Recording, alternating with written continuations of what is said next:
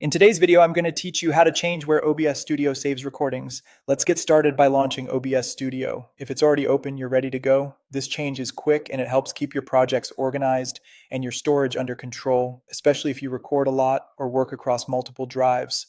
Once OBS is open, head into Settings. You'll find the Settings button in the bottom right of the main window, or you can open it from the menu bar. Settings is where OBS keeps all the controls for quality, formats, and what we need today, your save location. Inside Settings, look at the menu on the left and select Output. This is where OBS manages both streaming and recording options. Don't worry if you see terms like simple or advanced. Regardless of the mode, we're going to the same place. In the Output panel, find the Recording section. Here, look for Recording Path. This is the folder where OBS currently stores every recording you make. By default, it may point to a System Videos folder, which can fill up fast. Changing it helps you keep recordings on a faster drive, a larger external disk, or a dedicated project folder. Next, click the Browse button next to Recording Path.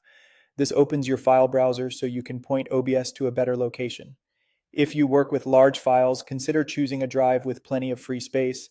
A dedicated folder makes it easier to backup, sync, or archive your work later. If you're using an external drive, make sure it's connected and has a consistent drive letter or mount point so OBS can always find it. It's also a good idea to avoid folders that sync constantly in the background if you're concerned about performance while recording.